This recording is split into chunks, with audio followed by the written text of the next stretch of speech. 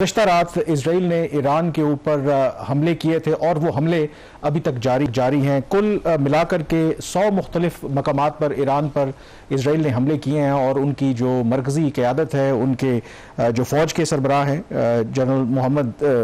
बाकरी, वो इसमें शहीद हुए हैं। इसी तरह से पासदाराने इनकलाब के जो सरबराह हैं हुसैन सलामी, वो भी जहाँ भाग हुए हैं इस हमले में। इसी तरीके से उनकी जो रेवोल्यूशनरी गार्ड का जो एरोस्पेस के कोर जो कमांडर थे वो भी इसमें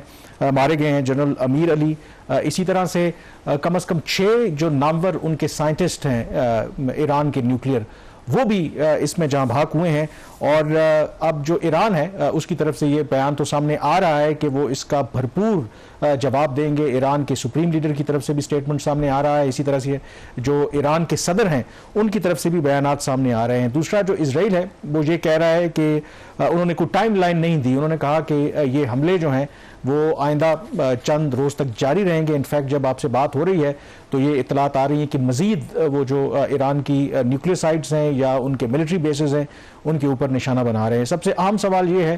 कि क्या खित्ता एक बड़ी जंग की तरफ जा रहा है, उसकी क्या इम्प्लिकेशंस हैं। इन तमाम जो सूरत हाल है इसके ऊपर बात करेंगे। और शहबाज,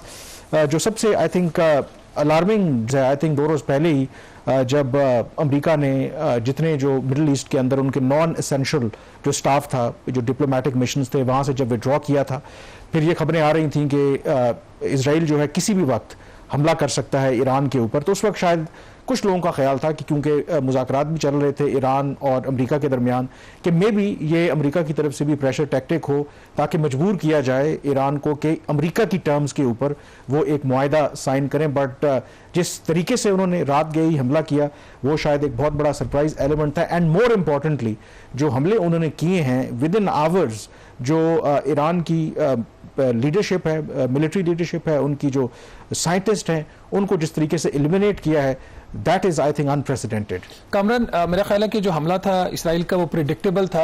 आज के अगर आप अखबारात भी देखें तो उसमें ये बड़ा वाज़ेह लिखा हुआ था कि ईरान के ऊपर जो है वो एक हमला हो सकता है, लेकिन इसके बावजूद जो ईरान की तरफ से कोई रिस्पांस था, उसका जो डिफेंस था वो बहुत ही कमज़ोर साबित हुआ है। जिस किस्म के अटैक्स सुबह से शुरू हुए, 12 घंटे गुजर चुके हैं और अभी तक हमले हो रहे हैं। आपने बिल्कुल सही कहा, उनकी जो टॉप टीयर लीडरशिप है, ख़ासतौर पर उनकी जो एयर डिफेंस की जो लीडरशिप, उससे रिलेटेड रेवोल्यूशनरी गार्ड्स, जौहरी तनसीबात, अभी 1 घंटा पहले जो खबर आई है कि सुबह एक उन्होंने जो न्यूक्लियर साइट थी उसके ऊपर हमला किया, और जो दूसरी थी जहां पे इसराइल का ख्याल था कि यूरेनियम एनरिचमेंट हो रही है, उस लेवल तक पहुंच सकती है, उसके ऊपर भी हमला हुआ। तो ये एक बड़ी ही तशवीशनाक सूरत हाल है, जहां एक तरफ तो इसराइल की जो खुली जाहरियत है उसका तो ये मुंह बोलता सबूत है, और ये गालबन उस चीज़ की तरफ भी निशानदेही करता है कि इसराइल की तरफ से जो 2 साल पहले उन्होंने जो कार्रवाइयाँ शुरू की, जिसमें फ़लस्तीनियों के ऊपर आज तक हमले उनके जारी हैं, और उन्होंने एवरेज कोई 100 पैलेस्टीनियंस को वो डेली शहीद कर रहे हैं,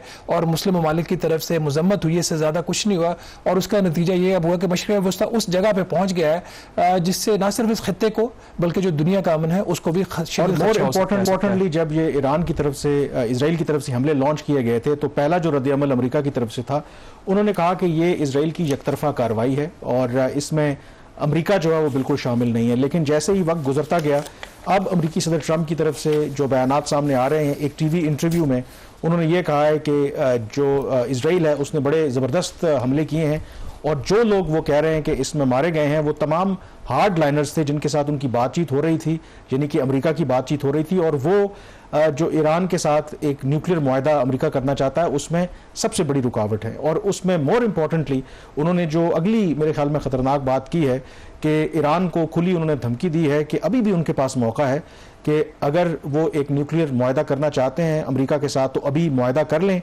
ये ना हो कि जो अभी बचा है वो भी बचेगा नहीं, और जो ईरान की ये जो सल्तनत है, जो एम्पायर है, ये ख़त्म हो जाएगी। क्योंकि उनका ये कहना है कि जो अगला हमला होगा, यानी कि जो इसराइल करेगा, वो इससे भी कहीं ज़्यादा ख़तरनाक होगा। तो जो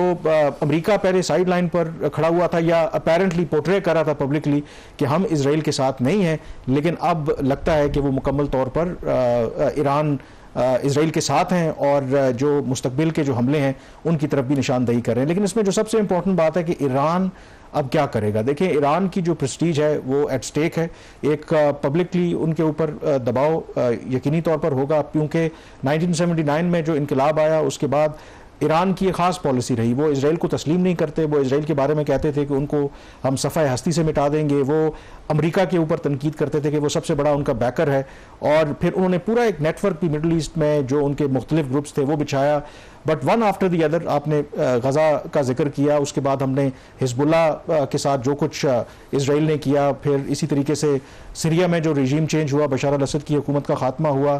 फिर बाकी जो इस तरह के प्रो इरानियन ग्रुप्स थे उनको बहुत बड़ा सेटबैक मिला। और नतीजा ये निकला कि आहिस्ता आहिस्ता ये नज़र आ रहा था कि इसराइल ईरान के खिलाफ घेरा तंग कर रहा है। और अब जो उन्होंने कार्रवाई की है, आई थिंक एक और जो सबसे अहम सवाल यहाँ पर पैदा होता है, जो इत्तलात आ रही हैं कि मूसाद जो इसराइल की खुफिया एजेंसी है उसके जो एजेंट्स थे वो ऑन ग्राउंड मौजूद थे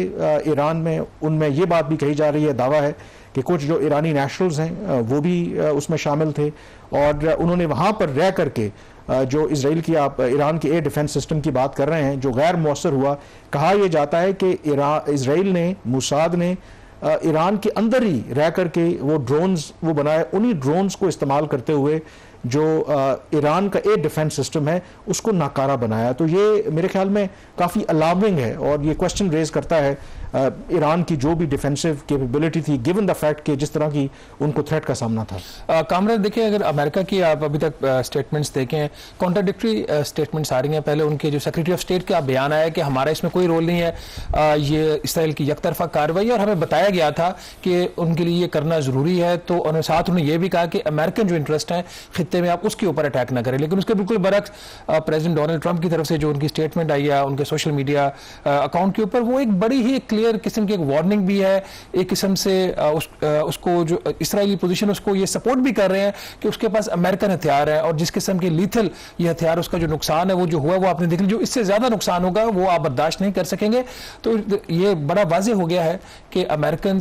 इम्प्लिसिटली और एक्सप्लिसिटली इस जंग का हिस्सा है। अब सबसे जो इसमें अहम बात है वो ये है कि आखिर ये जो जंग इस मौके पे क्यों शुरू की गई, जब छठा दौर शुरू होने वाला था मुज़ाकरात का बिटवीन ईरान एंड अमेरिका,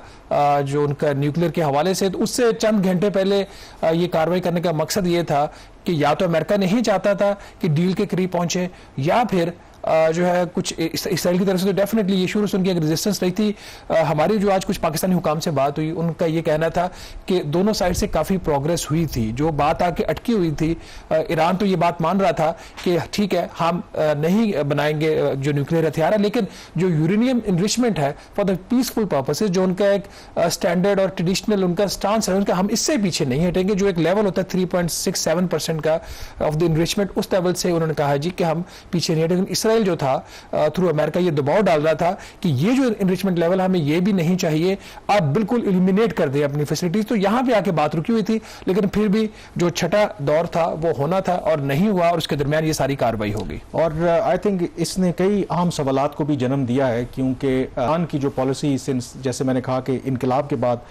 जो भी पॉलिसी रही उसके नतीजे में उनको जो इकोनॉमिक सैंक्शंस हैं मगरब की तरफ से उसको भी बर्दाश्त करना पड़ा, बावजूद इसके कि ईरान में तेल और गैस के ज़खायर हैं उसका उस तरीके से वो फ़ायदा नहीं उठा सके। और फिर जो न्यूक्लियर प्रोग्राम की बात है, तो हमेशा ईरान ये कहता रहा कि ईरान के जो इनकलाब के लीडर थे, उनके सुप्रीम लीडर थे आयतुल्लाह खमीनी, उन्होंने ये फतवा दिया था कि ईरान कभी भी जौहरी हथियार नहीं बनाएगा, क्योंकि उनके ख्याल में जौहरी हथियार बनाना गैर इस्लामी है। लेकिन उसके बावजूद जो मगरब है ये बात मानने के लिए तैयार नहीं था। और आज बहुत से एनालिस्ट ये बात कर रहे हैं कि या तो ईरान पहले ही ये जो पीसफुल पर्पसेस के लिए भी न्यूक्लियर प्रोग्राम परसू करा था वो बना करता, या फिर उनको जौहरी जो हथियार हैं वो बना लेने चाहिए थे। अगर वो बना लिए होते तो शायद आज ईरान के ऊपर जिस दीदा दलेरी से इजराइल हमले कर रहा है वो हमले ना करता। तो शायद कहीं ना कहीं जो ईरान की हुकूमत है या जो उनका करंट रिजीम है वो क्लैरिटी के साथ उस तरीके से चल नहीं पाए, और अब जो सिचुएशन है आई थिंक उनकी सर्वाइवल की जंग है। तो इस पर मजीद भी हम बात करेंगे, हमें दो गेस्ट ज्वाइन करेंगे, लेकिन इस ब्रेक के बाद हम डिस्कशन अपनी जारी रखेंगे।